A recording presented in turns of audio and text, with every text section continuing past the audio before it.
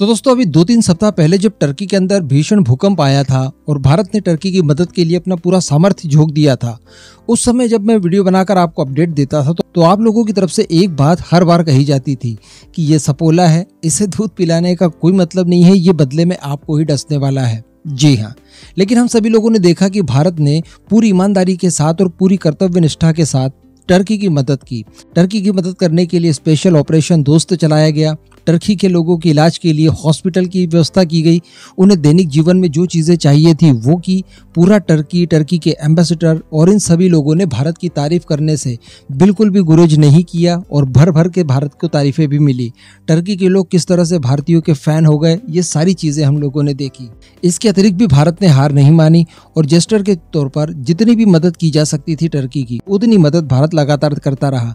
अभी कुछ ही समय पहले की बात है जब टर्की की तरफ से एक और लिस्ट भेजी गई। उन्हें किन किन चीजों की आवश्यकता है उसके बारे में भारत से डिमांड की गई। वो डिमांड भी भारत पूरी करने के लिए प्रतिबद्ध है। यहाँ तक कि जब भारत के अंदर G20 के विदेश मंत्रियों की मीटिंग शुरू हुई, उससे पहले भारत के अनुरोध पर खुद डॉक्टर एस जयशंकर साहब ने इस बात के लिए अनुरोध किया कि टर्की के अंदर आए भूकंप में जान देने वाले लोगों की आत्मा की शांति के लिए हम लोग मौन रखें। और ऐसा हुआ भी। G20 के जितने भी मेंबर्स थे उस समय, उन सभी ने मौन धारण करके उन सभी दिवंगत आत्माओं की शांति के लिए प्रार्थना भी की। कहने का मतलब जितना काम भारत ने किया टर्की के लिए, इतना शायद ही दुनिया के किसी और देश ने किया हो। अगर पाकिस्तान की बात की जाए तो हम सभी लोगों को पता है जो मदद टर्की की तरफ से पाकिस्तान को की गई थी, उसी को वापस लौटाकर अपने नाम का डंका बजवाने की कोशिश की, लेकिन मदद केवल और केवल भारत ने की। लेकिन दोस्तों आप सभी लोगों की बात वास्तविकता साबित हुई। टर्की का बिल्कुल भी हृदय परिवर्तन नहीं हुआ।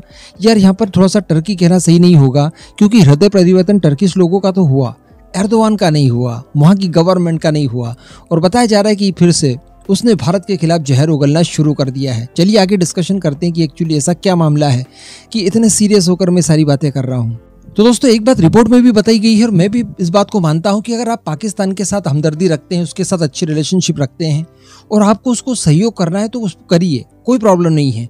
हम तो यही चाहेंगे कि पाकिस्तान के ऊपर जितना भी कर्ज है टर्की खुद के बूते वो सारा कुछ पे करके पाकिस्तान को कर्ज मुक्त कर दे। किसी तरह की कोई प्रॉब्लम नहीं है। टर्की और पाकिस्तान लगे तो बीच में एक सड़क बनवा लें और कभी भी आना जाना करिए, बिना टिकट के, बिना वीज़ा के, कोई प्रॉब्लम नहीं है।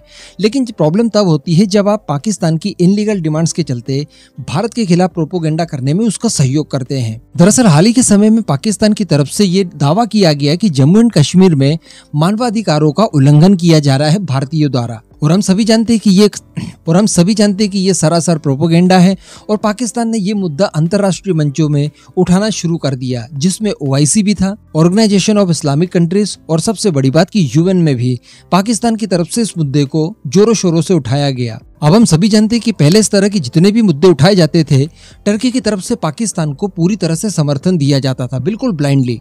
वो हर मामले में भारत को ही कसूरवार ठहराते हुए पाकिस्तान के सारे प्रोपोगेंडा को एंडोर्स करने की कोशिश करते थे। लेकिन जब से भारत ने ये मदद की है, दोस्ती का हाथ बढ़ाया है, टर्किश लोगों में इतनी भारत की पैठ बढ़ी है, उसके बाद हम लोग एक्सपेक्ट नहीं कर रहे थे कि टर्की भारत के खिलाफ इस तरह की गतिविधियों में दोबारा से शामिल होगा और पाकिस्तान के द्वारा चलाए जा रहे प्रोपोगेंडा का शिकार फिर से होगा। लेकिन दोस्तों एक्चुअली ऐसा हुआ है। यूनाइटेड नेशन हो या फिर OIC हो, दोनों ही मंचों पर पाकिस्तान के इस खोखले दावे और इस प्रोपोगेंडा का समर्थन करने इस बार भी टर्की खड़ा हुआ और भारत के खिलाफ जो कुछ कर सकता था वो सारी कुछ चीजें की। जी हाँ, बिल्कुल पहले की तरह। ये कह दीजिए कि ये जो बीच में मदद वगैरह हम लोगों ने की, इसे पूरी तरह से नजरअंदाज कर दिया गया। हालांकि ऐसा नहीं है कि भारत सिर्फ मदद कर सकता है, भारत जवाब भी दे सकता है। अब जवाब में भारत ने क्या कहा ये भी आप जान लीजिए। सबसे पहले तो भारत की तरफ से ये कहा गया कि जो United nation human right council में पाकिस्तान के द्वारा जम्मू एंड कश्मीर के मुद्दे को उठाया जा रहा है, मानवाधिकारों के उल्लंघन की बात कही जा रही है, ये सरासर गलत है। और हम पाकिस्तान के लीडर्स को ये कहेंगे कि आधारहीन प्रोपोगेंडा आप ना करें तो ही अच्छा है। इसके बाद नंबर था टर्की का। तो टर्की को लेकर भारत की तरफ से कहा गया कि टर्की के इस रुख को लेकर हम लोग काफी चिंतित हैं। आगे भारत की तरफ से कहा गया कि भारत के किसी भी आंतरिक मामले को लेकर टर्की की तरफ से कोई भी बयान दिया जाना काफी दुखद है। हमारी सलाह यही रहेगी कि टर्की भारत के आंतरिक मामलों में किसी तरह का कोई हस्तक्षेप न करे और न ही इसके ऊपर किसी तरह की अर्थहीन टिप्पणी करे। इसके अतिरिक्त OIC के प्लेटफॉर्म का इस्तेमाल करते हुए पाकिस्तान और टर्की की तरफ से जो भारत के ऊपर वाहियात बातें कही गई, उन सभी को भी भारत के द्वारा खारिज करके इन्हें प्रोपोगेंडा बता दिया। दरअसल ये सारी बातें यूनाइटेड नेशन के ह्यूमन राइट काउंसिल में भारत की प्रतिनिधि सीमा पुंजानी जी ने कही है। आगे सीमा पुंजानी जी ने पीओके के ऊपर भारत का आधिपत्य बताया और कहा कि पीओके जम्मू कश्मीर लद्दाख का एक अभिन्न अंग रहेगा। आगे कहा गया कि पाकिस्तान ने इस इलाके पर अवैध कब्जा कर रखा है और पाकिस्तान के अंदर जो आतंकी कारखाने चल रहे हैं उन्हें छुपाने के लिए, दुनिया का ध्यान भटकाने के लिए जम्मू एंड कश्मीर में मानवाधिकारों के उल्लंघन की बात यूं ही गढ़ी जा रही है। और ये बात वास्तविकता भी है। इस समय जो पाकिस्तान की स्थिति है और पाकिस्तान में जिस हिसाब से लोग परेशान हो रहे हैं, जो उनका सिस्टम बिगड़ कर रखा है, उन सब चीजों से ध्यान भटकाने के लिए पाकिस्तान जम्मू एंड कश्मीर को निशाना बनाते हुए भारत को घेरने की कोशिश कर रहा है।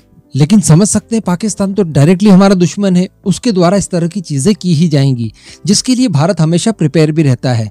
पाकिस्तान किसी तरह का प्रोपोगेंडा करे या किसी तरह का कोई युद्ध शुरू करने की कोशिश करे, दोनों को जवाब देने के लिए तैयारी भारत की हमेशा होती है। लेकिन असल यहाँ पर दुख भारत को तभी हुआ जब टर्की ने भी इस मामले को लेकर उसका समर्थन किया।